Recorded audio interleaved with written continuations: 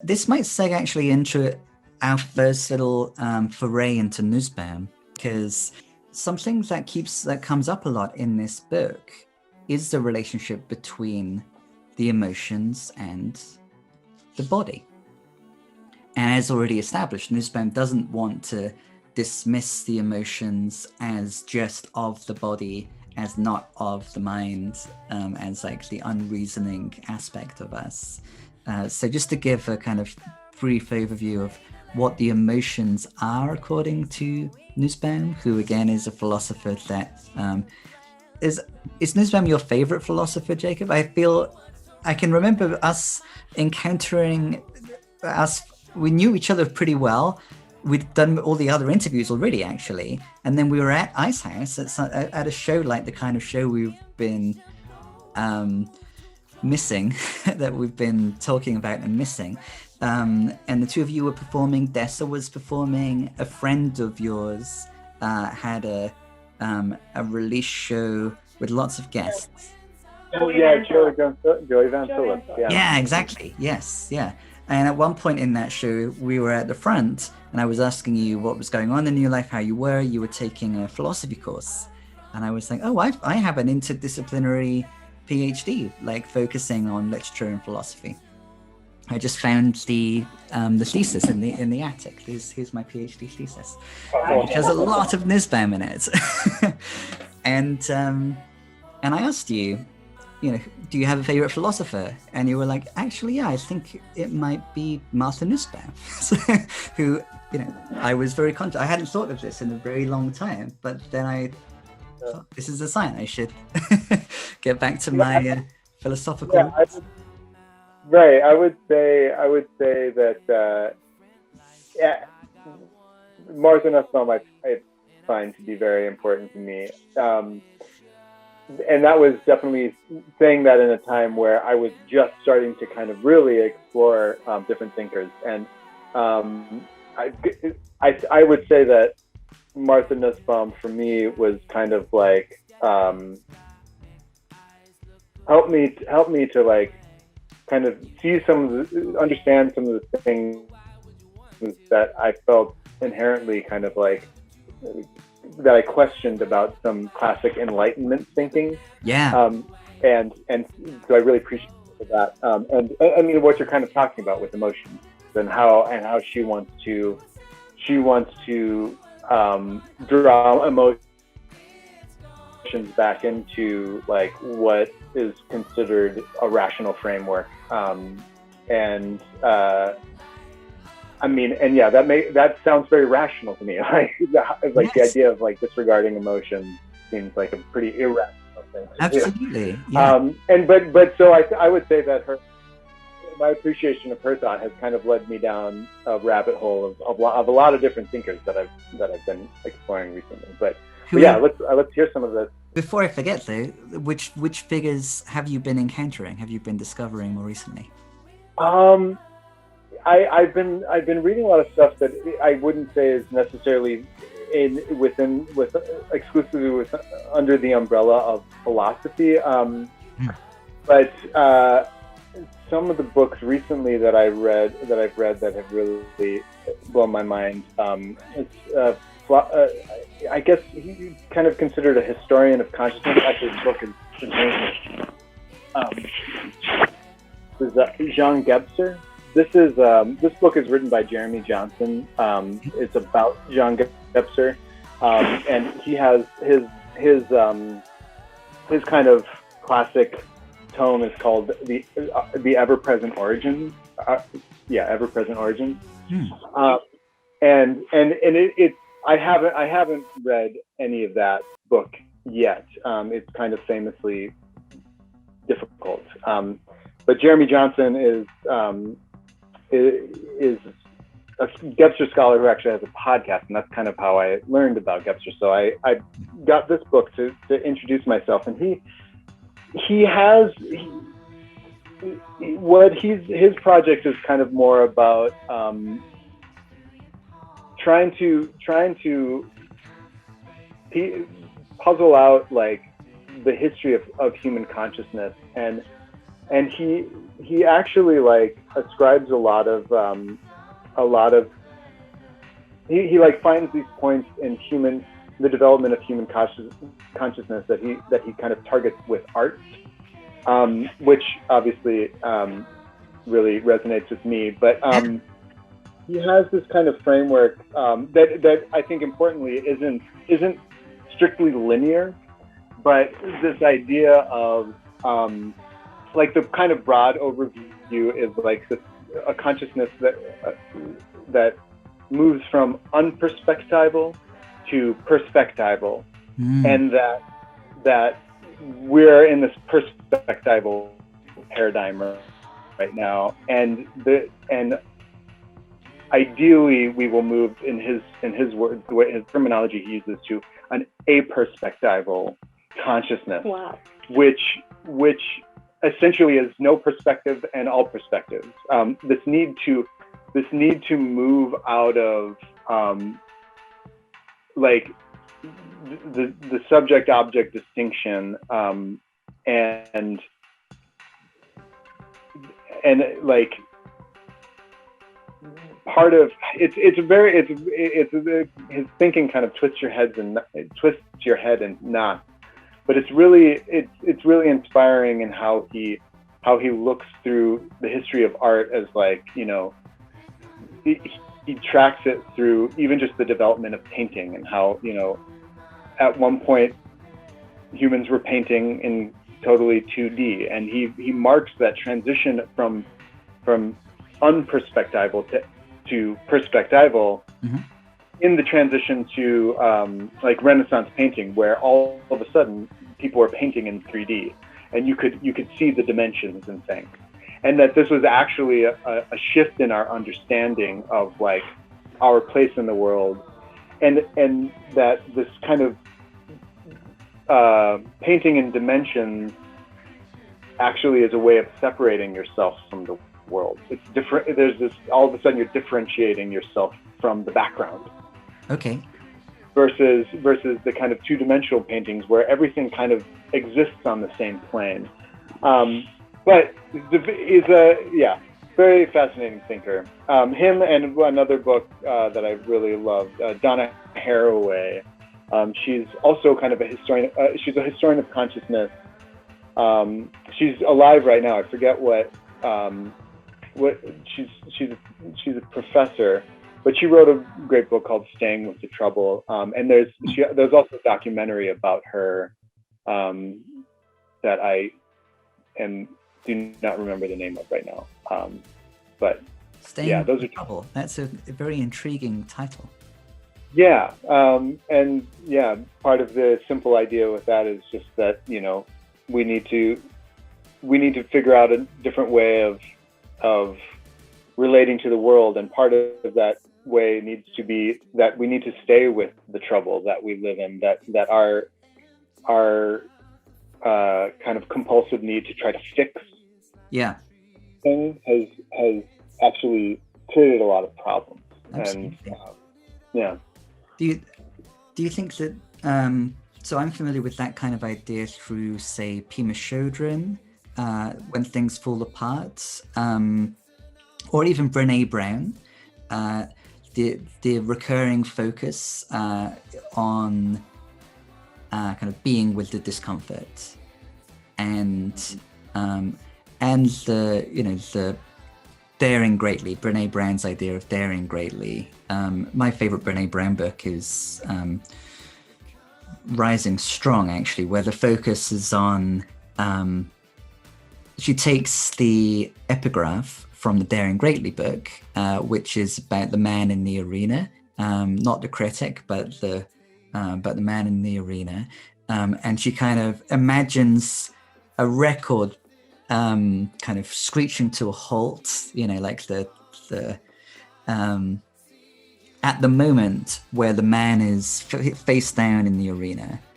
And because we, in our culture, we love stories about, you know, comeback stories, recovery stories, but if we are going to, you know, authentically flourish and be resilient, we need to pay attention to and be with that, the face down figure at that moment.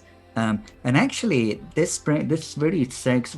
Nussbaum will come in again later, but this segs nicely to another recurring theme in the music, which I think is most prominent in the song "City of Eyes," or at least is introduced in the song "City of Eyes," which of course is the kind of title track to the most recent EP.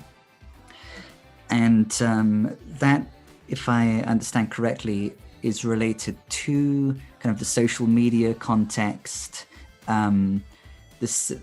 We are all in the city of eyes insofar as we, our lives through the medium of social media, perhaps specifically social media, or maybe that epitomizes the state of affairs. But our lives are very public, and we're seen all the time. You were talking previously about the feeling of anxiety as one considers posting something heartfelt, something real in this context of the city of eyes. Now that's a public arena, and so this imagining the person who is like face down. I have been this person who's face down in that arena, and then what happens at that moment or next, being with that discomfort. Could you, either of you, expand a bit more on that, on the messages, the meaning of City of Eyes, and how you feel about those ideas now, perhaps with reference to the songs in the meantime, because I feel like some of these themes, even in the new song, obviously we're talking again about technology and the pixelated faces, but it's not just those two songs, I feel, that are exploring these themes. So do you have any reflections on that? I mean, one of the things that I'm taking this online class right now that's like it's called Art and Contemplation, and the professor for that class, I've one of the books that's been on my to read list for a long time is The Society of the Spectacle.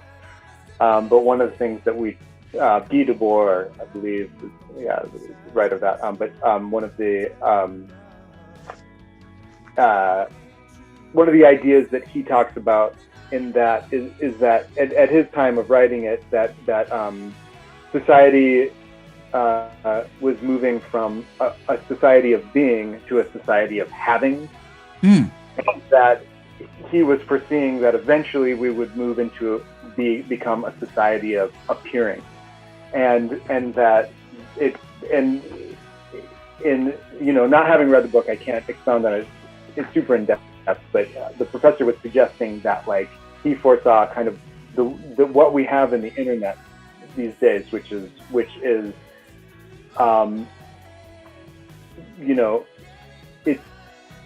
it creates this culture of appearance of there's not much substance. There's often not much substance there, or at least like depending on how you're using it. I definitely think that there are social media users that are able to get out a lot out of what they're doing, and they're diving in and having in-depth conversations with people. But I think what a lot of it is scrolling and kind of knee-jerk impressions that is more about it's like a culture of appearance, and putting on a specific face to that appearance that suggests something about your life that may not be the truth. And I think that's the I think when I wrote that song, there really wasn't much in the way of cancel culture, or at least that as kind of like a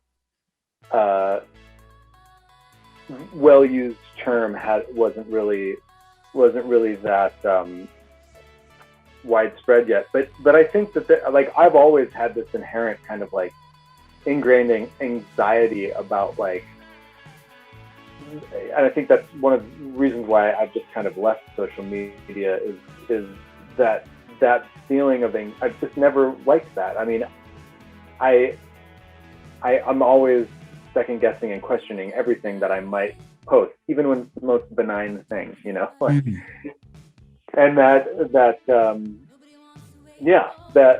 I think that song was a bit of reflection on that anxiety. Yeah. The lyric is getting by in the city of eyes, and the sense is that, you know, there is discomfort. There's definitely discomfort there. We're just getting by. And I'm pretty sure "Lonely" is a lyric. Is this? Yeah, that's the song that's at least one of the songs that has the word "lonely" in it. Yeah. Because there is something lonely making about the social media, which of course connects us paradoxically. Amy, did you want to add something?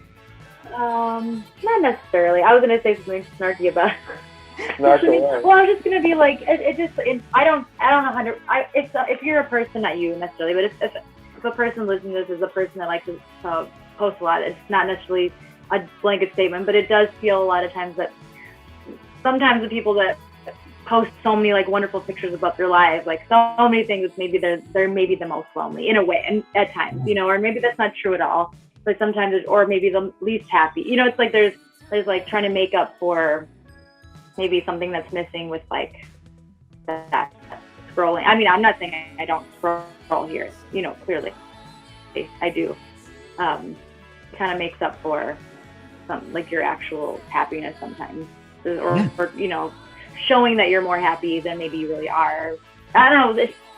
The appearance. I'm not saying it's true for everyone. But there is a risk of that, just like, So a book that I found myself returning to, and I've got lots of books you may have noticed, but a book that I found myself returning to today, when I was re-listening to City of Eyes and thinking about the fact that electronic media is there's a recurring focus on electronic media in many of the songs, is You Are Not a Gadget by Jaron Lanier. I don't know if you've encountered this. Oh, I know. I've not read that book, but I know Jaron Lanier. Yeah, like he's kind of previously a tech entrepreneur guy that's now kind of one of the foremost critics of how kind of social media and the internet has developed. I've watched a lot of interviews with him on YouTube. I find him really fascinating.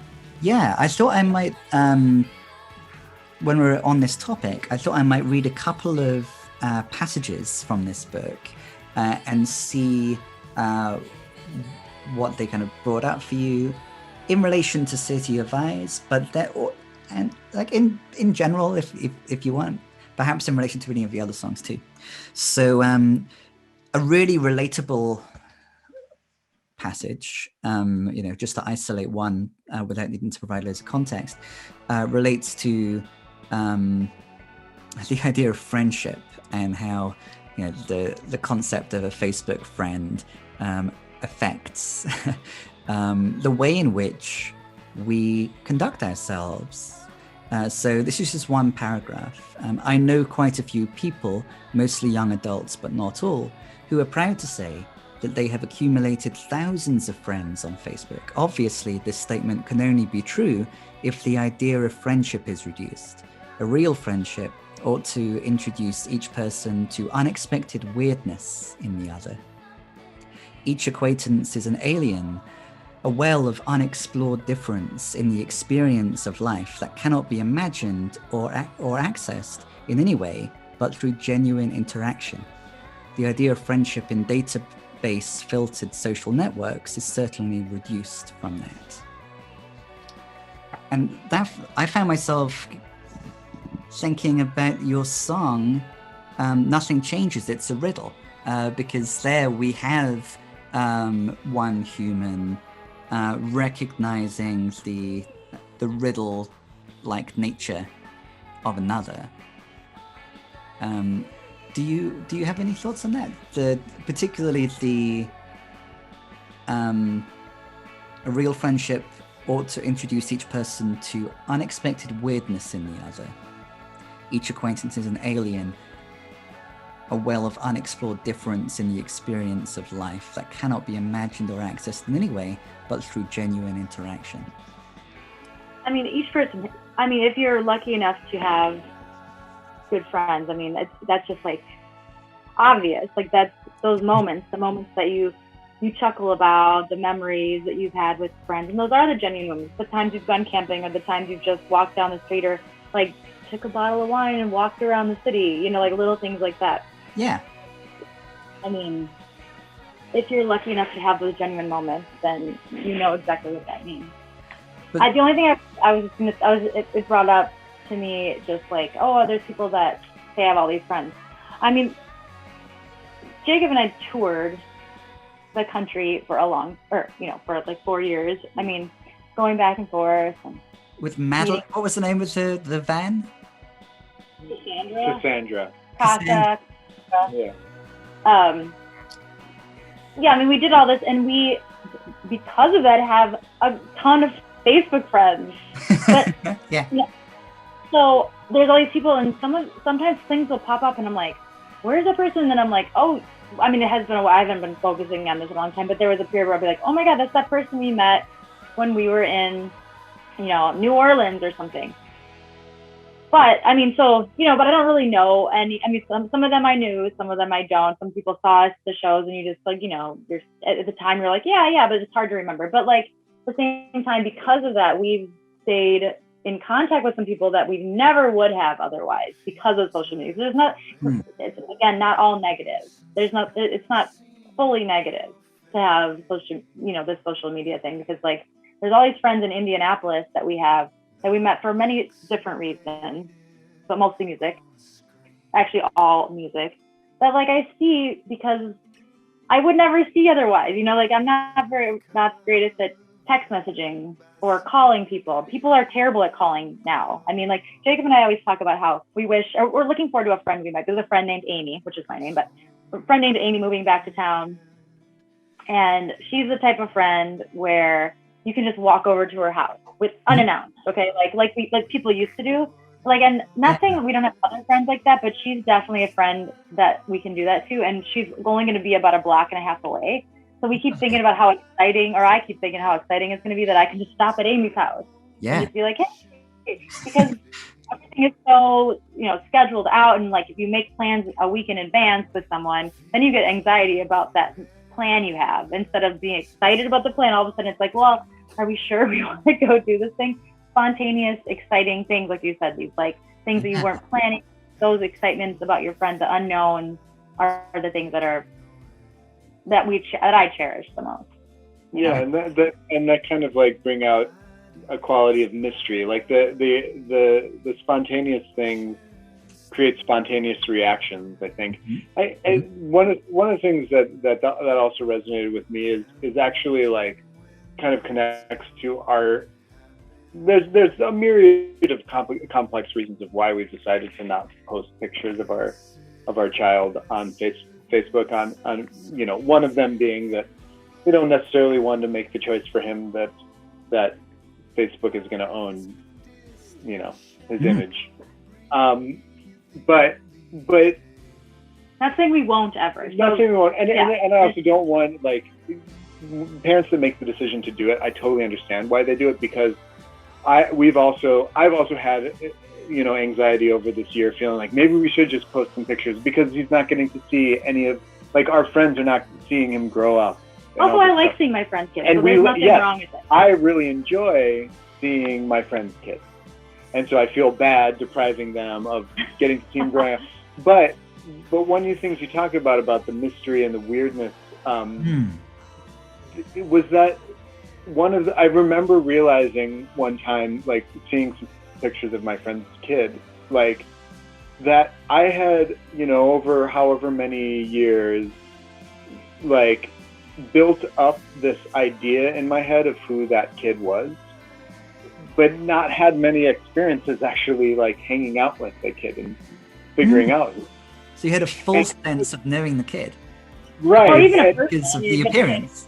and I realized, like, by default, like, what you're doing is you're curating an identity for your child. And I was kind of like, man, that seems like a lot of responsibility to kind of like, you know, establish an identity so that like when friends see Ornette, like there's this preconceived expectation about like what the things that I pick and choose to share about what he's doing at this and that time that kind of are going to identify him to people. And it was kind of like, maybe we don't want to go down that path. I don't know. I mean, and again, like, I can't say what's right or wrong about it. It just felt like, man, I don't know. I don't know that I want to do that. It's bad enough if we, because of the nature of the platform, inadvertently end up doing that with ourselves, kind of curating an identity for ourselves. But then you're recognizing. Yeah, it's not like you're going to put the worst picture of yourself or yourself picking your nose or something. You know, it's like you can just put yourself looking all happy and excited. You know, it's like you're creating this image of yourself that is not so unique. I feel like it's inevitable that there will be a generation of children at some point that have a class action lawsuit against Facebook that's like, you don't own our images, you can't own our image, you can't own our, you know. And I think it's kind of inevitable that will happen at some point. If they don't buy into it and do it themselves. Yeah, you know, but who knows what's going to happen? Who knows? I feel like that. There's one more passage from this book, because I think it might, again, I think it again relates to the themes in the songs. So I'll just read the passage and again, see if it brings anything up. It breaks my heart when I talk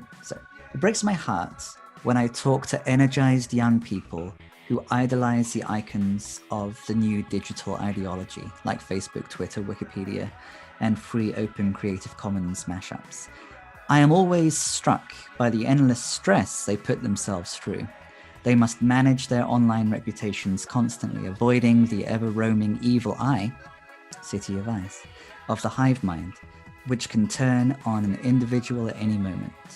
A Facebook generation young person who suddenly becomes humiliated online has no way out, for there is only one hive.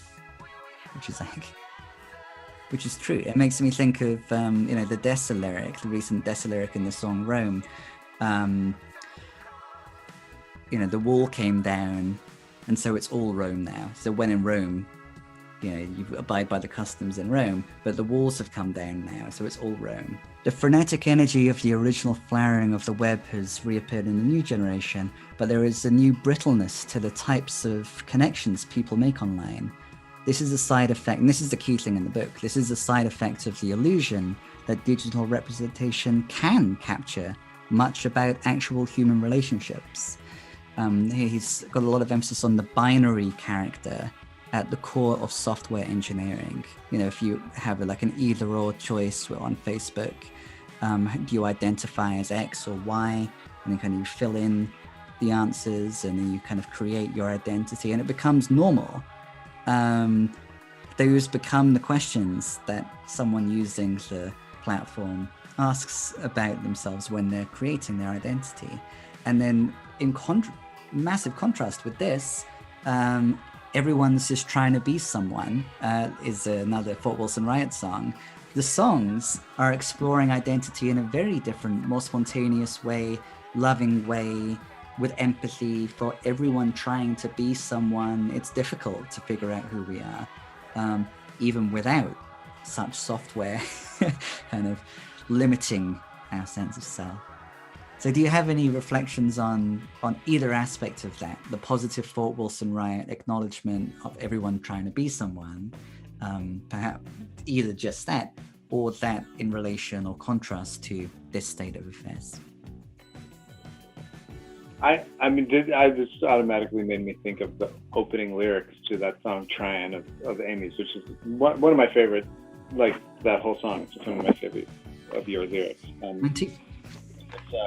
There's too many secrets. I see them in your eyes. They occupy the silence like a long lost bell.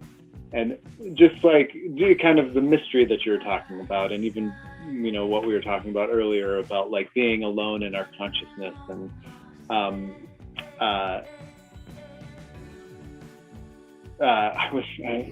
I was listening to a podcast today where they're talking about the movie Lost Highway.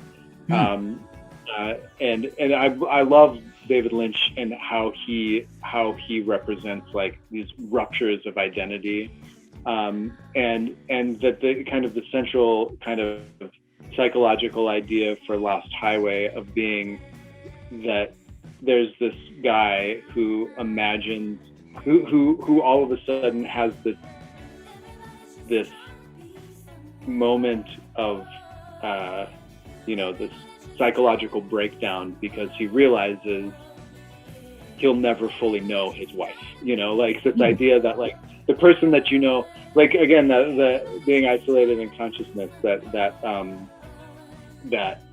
no matter how, I think it's an idea Lacan talks about too, like your encounter with the real, that like no matter what concepts and ideas you create to formulate the world around you, at some point there will be a rupture, and you will realize that those ideas and concepts cannot encapsulate the complexity of anyone around you or anything around you, and that can lead to like a breakdown if you aren't already like accepting of that, that actually that's something to be celebrated too, the autonomy, the honoring the unknowability, like the weird, the statement about the friend being, speaking of the weird, I have a Gonzo here. Gonzo is technically a weirdo, so I'm celebrating that. I like that idea. So yeah, and how this kind of Facebook leads to this like increasing reduction of identity.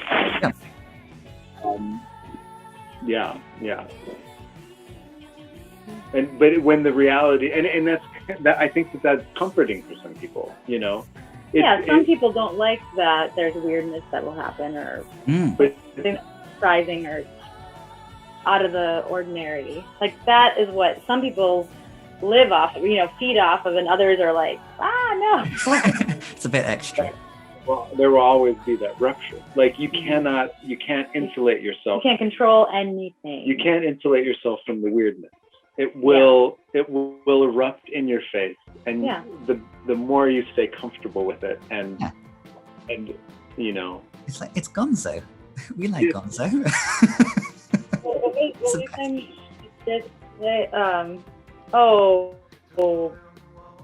Poppycock. Poppycock. Well, yeah. Anyway. I don't know why that came up. It's something Ornette said that sounded like poppycock. I was like, oh, you're saying poppycock? That's so then all of a sudden, weird. Like almost heroes. Oh, pop. He's like, oh, poppycock. And it's like, and no one didn't know what that is, Jacob. Now this child keeps saying, oh, poppycock. But it's hilarious. That's the identity that has been constructed for him. The downside of there not being lots of stuff is now that there's just the one detail that he says, oh, poppycock. Or whatever it is that he says.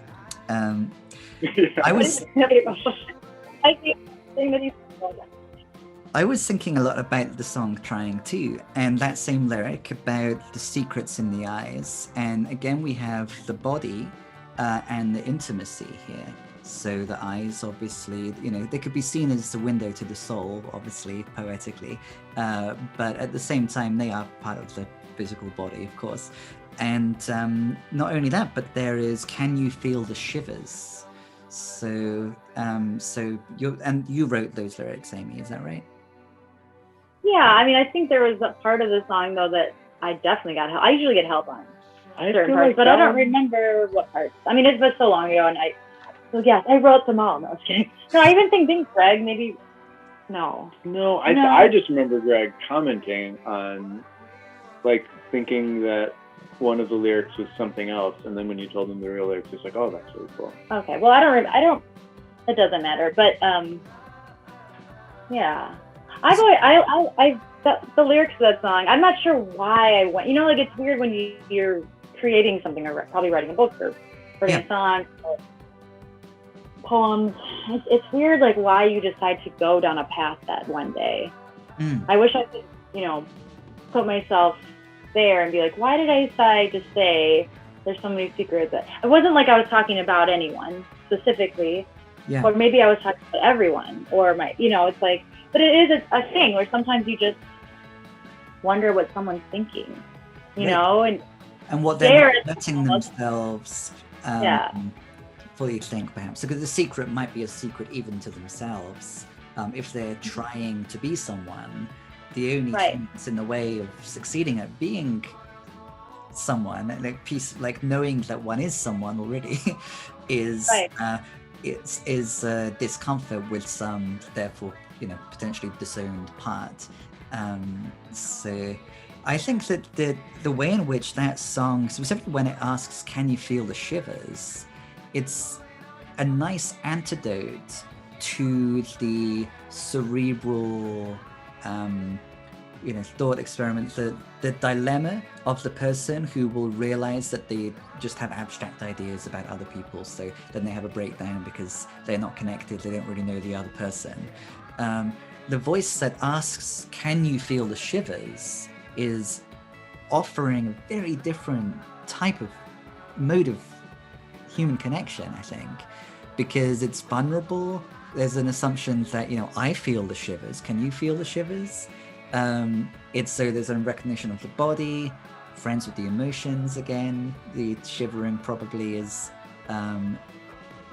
related to some kind of emotion. What's going on at that moment, do you think, Amy? And also, the shivers related.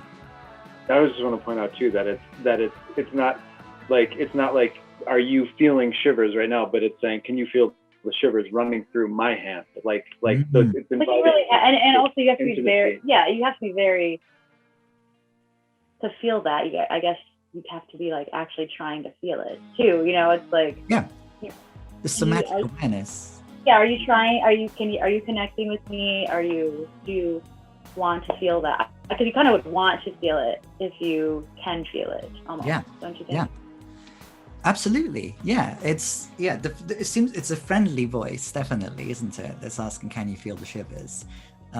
It's like there is a treasure here, like this emotional state. It's like a window or a door into.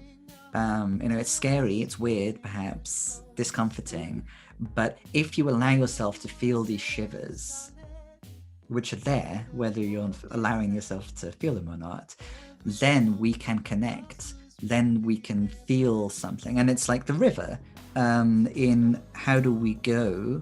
The river's running deep. I think it's the same kind of thing, like that before on Nikki's sofa we were talking about this, and how like, the river is like the emotion underneath. The river's running deep, it's never as it seems, feel it. There's again the same invitation, feel it, and then the word reeling, and it's, for me, it's not a coincidence that there's this call to feel the river, which is beneath the surface, which is the feeling, in the same song that's asking, how do you want to be loved? How do you want to feel loved? How are you gonna give love if it's never enough?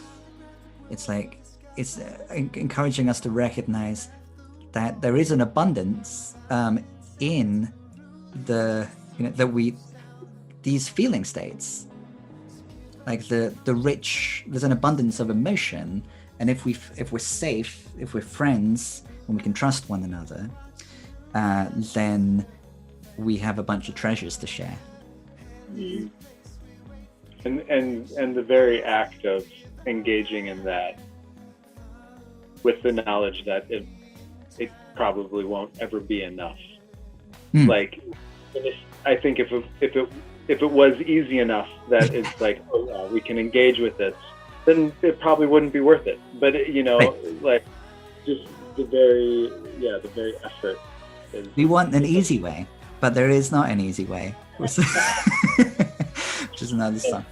All of this sort of like going. I mean, it's not a song that I'm like, go back and listen to this song. There's just like this old Coral Sonora song that since we're talking about friends, I think it's called like, All My Friends. I think it's called whatever. But there's just one line in that I love, mainly just because it was an actual experience.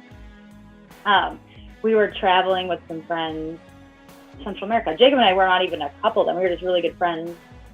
But, you know, the line, so we were in Central America. There weren't mirrors, really, because we were staying in hostels. Yes, there are mirrors in Central America. There are clearly mirrors. But the places we were staying, we were staying at really inexpensive hostels on purpose. And there weren't a lot of mirrors. I think we got to one place in Oaxaca, and then we got a hot shower, and there was a mirror, and I was like, you like look in the mirror, you're like, oh, whoa, you know, like one of those things, like, oh, I forgot, you know, just like, anyway, I'm a dirty sunburn. I was very sunburned at that moment. But the point that I'm trying to say was that because of that, like the lack of like the mirrors, we were just like looking at each other so much because we were with each other. There's 5 of us for 2 months. And like there was this moment that we were like, is your face my face or is my face my face? Whose face is whose face? Mm-hmm. And so like just that idea of like when you get to be with people in person, like you just like, it's cool. It's so cool to have that interaction with someone where you're like, I am smiling the way you're smiling because I'm looking and reflecting your smile and doing what you're doing almost. Absolutely. And even that other friend that I had that with, when I would be saying something, her mouth would move and she would kind of be copying me. And when she would be talking, I'd be like, and then we'd be like, you're doing that thing again. And then be like, oh my gosh, I didn't realize I was doing it. But I mean, having those moments with these friends is so special. Yes, the spontaneity is there. The responsivity, the attunement. Mm-hmm. Like all of these words seem key. And it makes me think of mirror neurons, you know, if we were to think from a kind of neurobiological, you know, from a scientific perspective. Mirror neurons are definitely at play there. It also makes me think of something that happened on Nikki's sofa. So immediately after we were talking about being biologically social creatures, then one of the two of you was talking about mirroring back. So if I can read what I wrote here, we gain our sense of who we are from, you know, how we're kind of perceived or accepted by others, how we're mirrored back by others. And again, so on that day, you were emphasizing the best kind of... Can you repeat yourself? You kind of... I was breaking up. Oh, cut out. There was an emphasis on we get our sense of our identity of who we are in part by what is mirrored back from others. So then we find ourselves reflecting on the best kind of self-perpetuating cycle and saying it's a good habit to get into. And in so many different, it's reassuring how this theme keeps on coming up in that old song, All My Friends. Is that what it's called? All My Friends. And throughout, I think really throughout all of the Fort Wilson Riot material, in a way which kind of organically emerges, and then without intentionally trying to kind of philosophize about the body and so on, the way in which the body is present, even in the song 3 Kinds of Empty Space as well, the closing track on Trillion, I read the veins strew your pain. Is that the lyric? Well, I read the veins through your palm. Palm, even better. I read the veins through your palm. Yeah. And these were, you know, just basically every song that I was turning to, including the new one. We began by talking about the breath in Feels Like Forever, Body Against Body.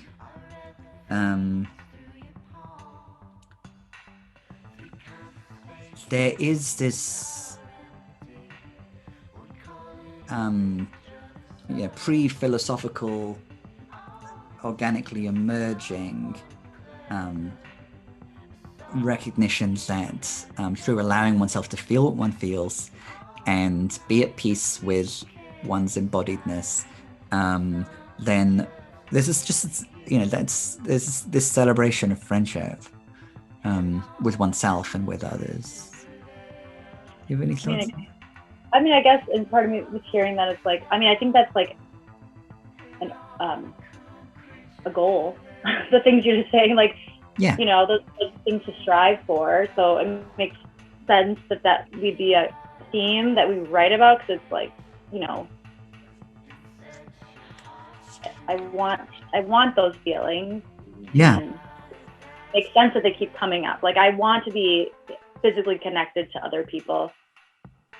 And that's probably why that's the most recent song was more powerful in certain ways, because it was like, wow, that was taken away, But it's good to think about how we take it for granted.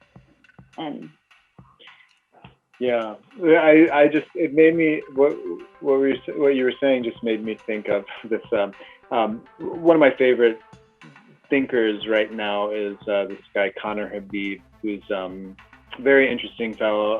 He has a podcast called Against Everyone with Connor Habib, and he's kind of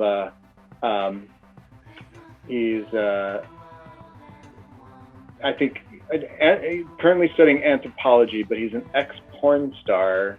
Who was,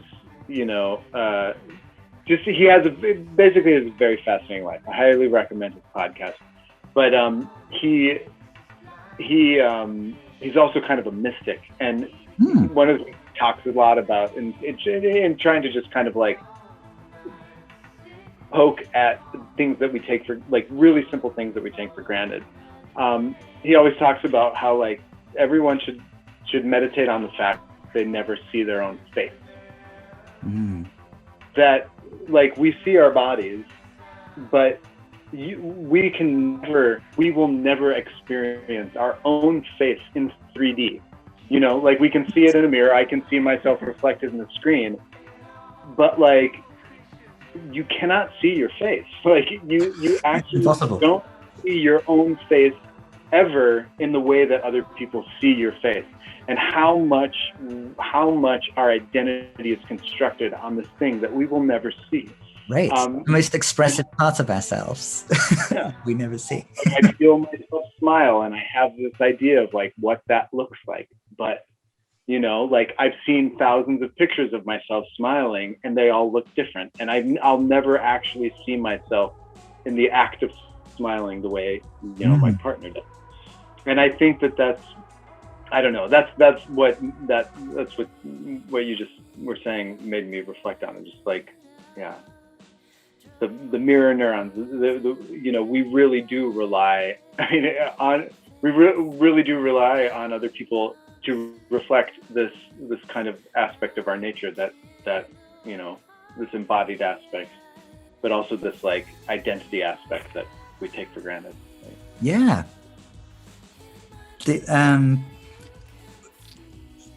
The other song that you released this year, Wherever We Fall, also opens with a reference to the breath. Breathe It In is the opening lyric of that song. Okay, come Right, yeah, it's hard. That's if you're thinking about whatever, what brings you to this place. Yeah, the breath and the body is so important. Hide the Eye is the eye gets a reference in that song too. And the words feeling, and there's lots of reflection in the various songs on the relationship between reality, or what is reality, and feeling. So in that song, if anything was ever real, it might be more than you can feel. You can't take it all. In Calamity Kids, it's all or nothing. In Wherever We Fall, you can't take it all. So we're grasping, like, we want I was saying about having an abundance of emotion, and Jacob was like, it's, we, at the same time, we don't have it. It's not that easy. I think we're kind of around the same kind of area again here. We can't have it all. The kids, the Calamity kids, are colliding into desire immediately before then. They're filling up their lungs, so we've got the body there too, and they're turn your life into a song is a lyric that really strikes me in that song. I think that's a beautiful alternative to turning one's life into a social media story. Turning one's life into a song. Creative and impressionistic, something that like, I don't know, I think something authoritative, that you can have authority over. You know, I mean, it's also a Joni Mitchell reference because I love Joni Mitchell. I don't know. Yeah, I love Joni Mitchell too. Not that part in particular, but the You're a Radio. Go ahead. Yeah. Just the You're a Radio part, I was like, oh, I want to make a little Joni Mitchell reference there, because she's the greatest. Do you have any? So I wanted to make sure that we wove Calamity Kids and/or wherever we fall into the conversation. Do you have any thoughts about either of those songs in relation to anything that's been coming up? Calamity Kids, I guess. Calamity Kids for me, kind of like we were talking about before, with like a lot of times when we write, the music comes first, and we kind of just follow emotionally what lyrics kind of fit, but then also like the lyrics obviously have to fit together. And as the lyrics were taking shape for Calamity Kids, kind of what that song ended up kind of meaning for me was just kind of the cycle that we find ourselves in, which I think also has to do with identity and how culture shapes identity. But the idea that with every new generation, there is a bunch of old assholes complaining about them, and how these kids are going to be the calamity that like ends this great thing that we've got going here in with this, you know, capitalist world that we have. And so that was kind of my reflection there, of just like, that aspect. You mean like over the edge, we're all going to be falling. Yeah, right. Yeah. I love there are the photos of I mean, it's two of you and Ryan and Jenny and funny.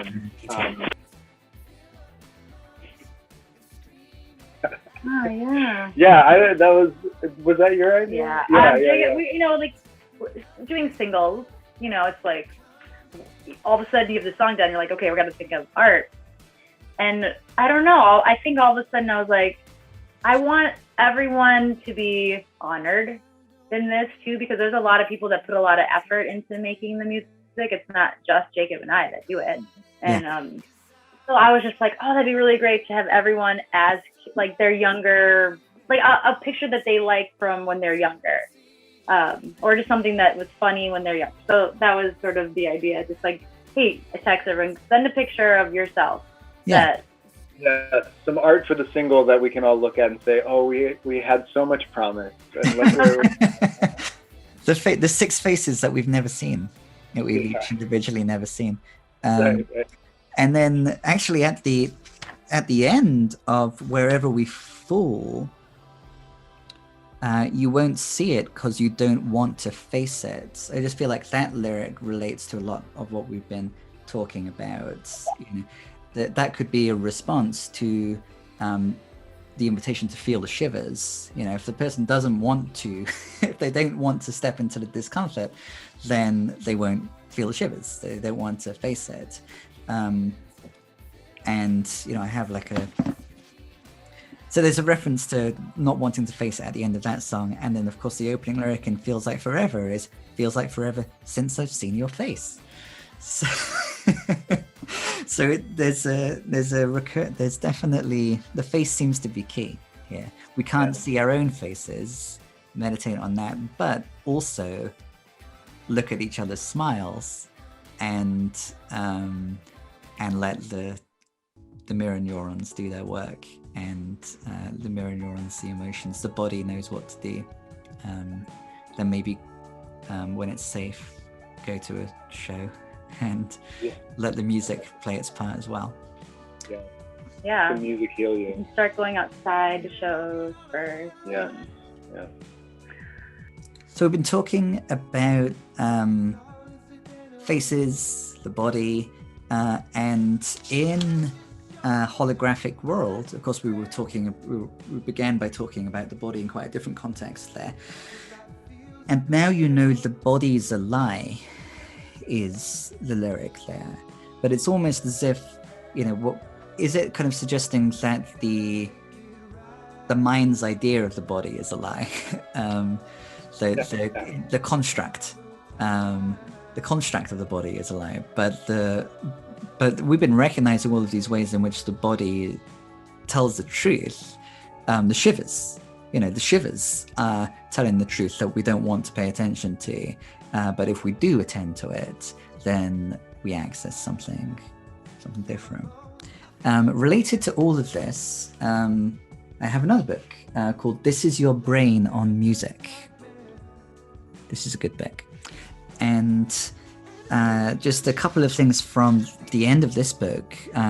It ends with this is a chapter on science, understanding a human obsession. This is your brain on music. The final chapter is like thinking about the possible evolutionary explanation of music. And one of the things that's emphasized is that one striking find is that in every society of which we're aware, music and dance are inseparable. The arguments against music as an adaptation consider music only as disembodied sound, and moreover as performed by an expert class for an audience. But it is only in the last 500 years that music has become a spectator activity. The thought of a musical concert in which a class of experts performed for an appreciative audience was virtually unknown throughout our history as a species, and it has only been in the last 100 years or so that the ties between musical sound and human movement have been minimized. The embodied nature of music, the indivisibility of movement and sound, the anthropologist John Blacking writes, characterizes music across cultures and across times. And then it kind of emphasizes that another possible explanation has to do with social bonding and cohesion.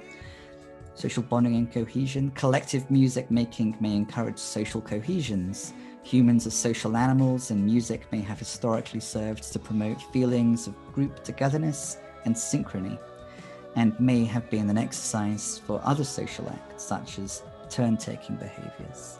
I feel like all of that resonates a fair amount with what we've been saying about friendship, spontaneity, connection, attunement in a group. Does it bring anything else up? I mean, automatically rhythm, just makes me think of how rhythm, rhythm and movement, rhythm in music. I mean, it is a way of syncing yourself with another individual. It makes so much sense that, it is literally a way of syncing your bodies together in coordination, and that is like undeniably a profound thing to do. Yeah. I was watching this thing about, I guess there's I forget the name of the musician, but it was I believe a saxophone player who played with Thelonious Monk. Oh yeah. And he wrote down all of the. It's kind of like this, I guess, in the jazz world. It's a very famous list of sayings that this guy. He was really young when he worked with Thelonious Monk, so he was like writing down all these sayings that Thelonious Monk had about advice for him. And one of the things he said was like, make the drums sound good. and just the idea that that it is essential to walk into rhythm, no matter what. And I think that that's something that we get focused on melodies or harmony that kind of touches us a certain way, but really like that syncing, you know, if things weren't synced together in time, that we wouldn't have that experience, I think, a lot of the time. A major emphasis in that book, Your Brain on Music, is that so many different parts of the brain are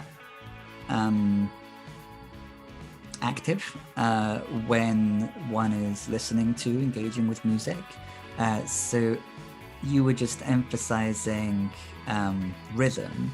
We could connect that with what's often kind of in popular culture called the reptilian brain, like the kind of the deepest, you know, if we have the three parts of the brain, and then the feelings, the melodies and the feelings we've been talking about a lot could be the limbic brain, the second one, and then the lyrics and the lyrical analysis would be the cortex.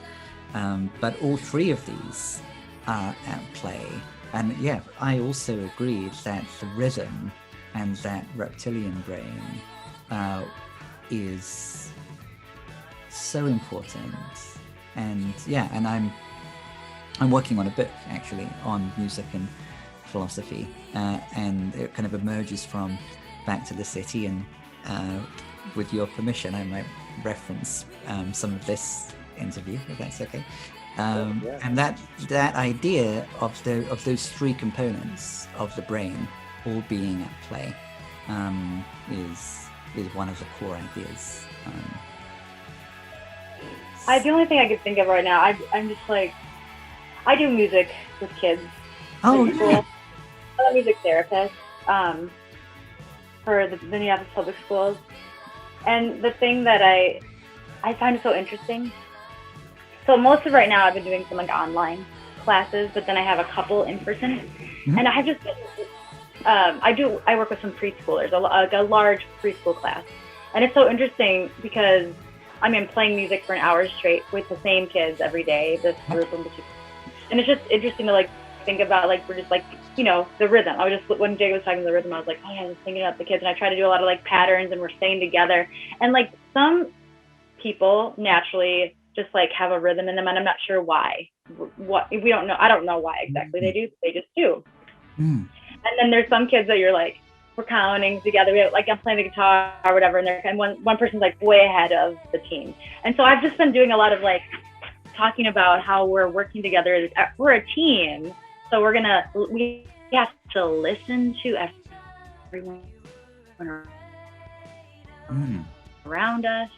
And if you're saying, if you're doing the beat or you're singing way ahead of everyone else, you're not really part. You have to try to listen so we can all be a part of the same team. And it's really interesting because I think, man, if you could learn that at such a young age, you're 4 or 5 years old, getting that core rhythm down, just like, I feel like it just, I don't know. I hope that it really helps.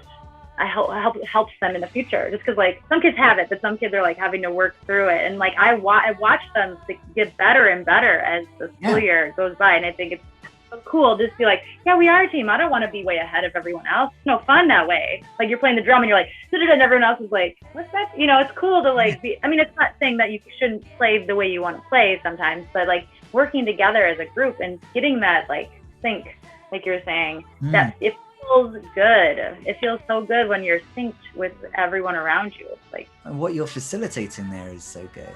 That's fun. Yeah. Really, the synchrony, the attunement, like that's such a wonderful example, I think. Of, I just keep picturing this little girl. We're like counting, and she's like 5, 6, 7, and you're like, oh, hold on, wait, just a little slower, and then finally, all of a sudden, she started doing it, and I was like, oh, nice, you've got it now. Yeah, you know? You're right. In terms of well-being, it's not obviously not just an isolated skill. It's yes, it's about rhythm, but it's also about so much more than like counting in time.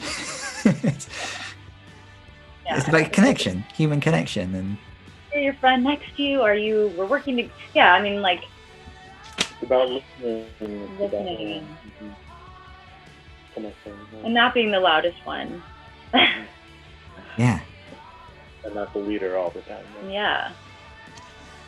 I wonder whether I can isolate one or two little moments from Nussbaum to close by taking a look at. So what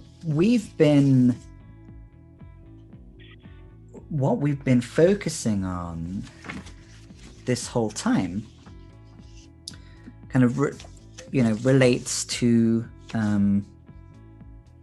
Nussbaum's perspective on the emotions. Emotions are parts, highly complex and messy parts of the human creature's reasoning itself. It's a nice kind of clear statement at the beginning here. She says that there are three salient ideas about. So when she says emotions are appraisals or value judgments, there are three salient ideas tied up in that. And those are one, the idea of a cognitive appraisal or evaluation.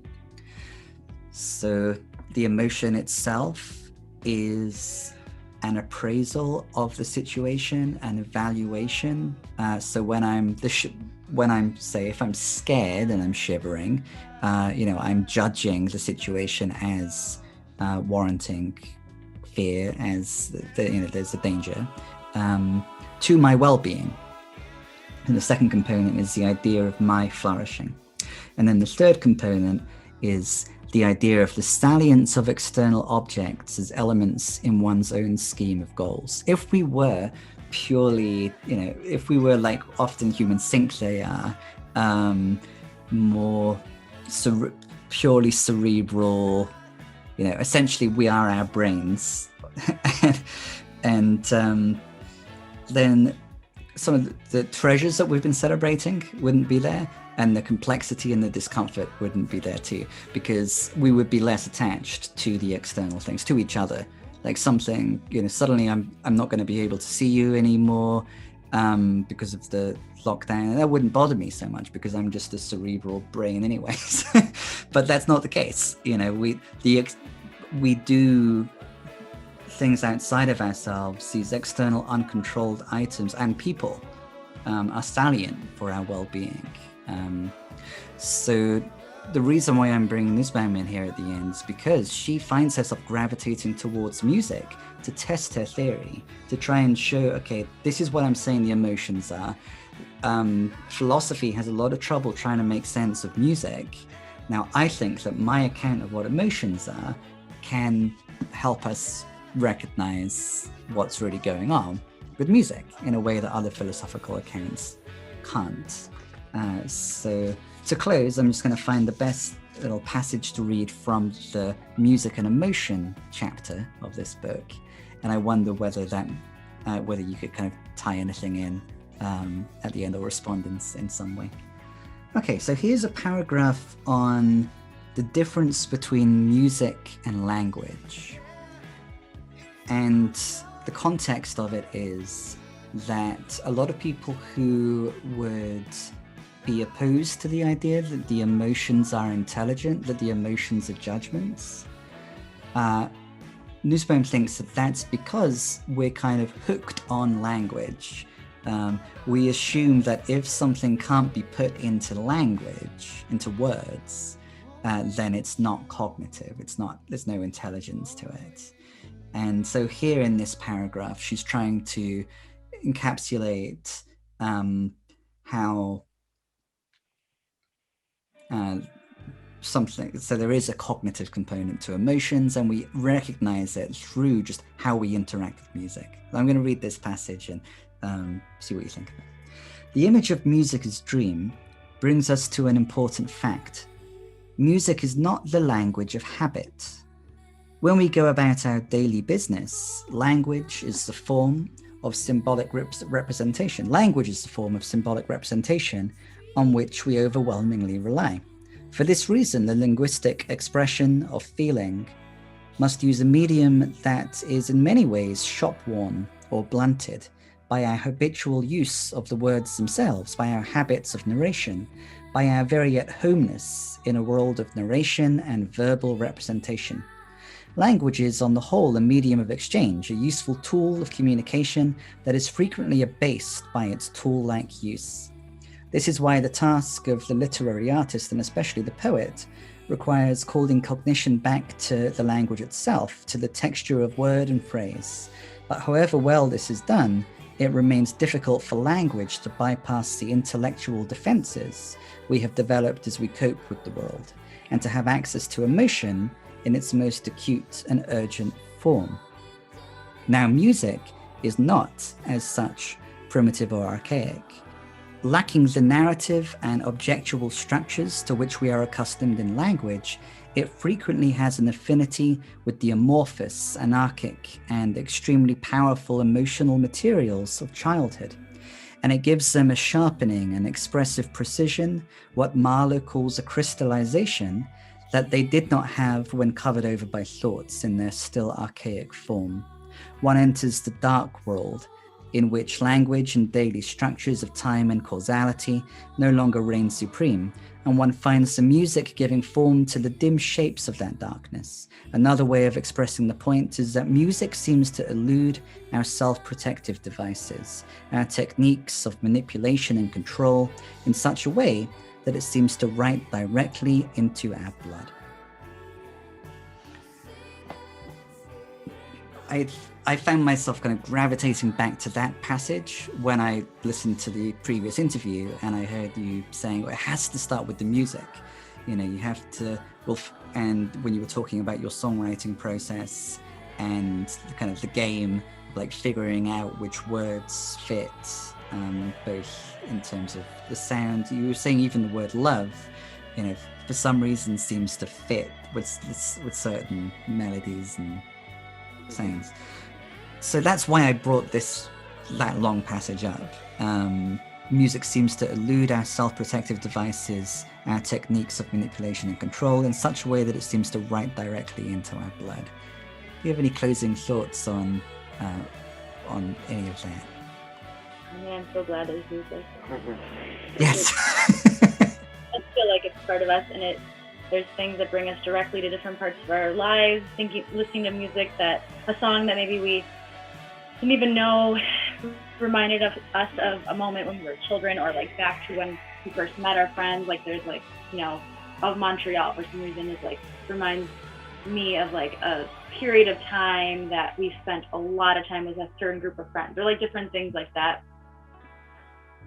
I mean, as far as like our own writing, I'm just so glad there's music to express and to like get synced with other people in that way and work with other people intimately. Because music does, like creating music with other people, you have to be vulnerable, and it gives me that opportunity to have those moments with people that I probably wouldn't have with,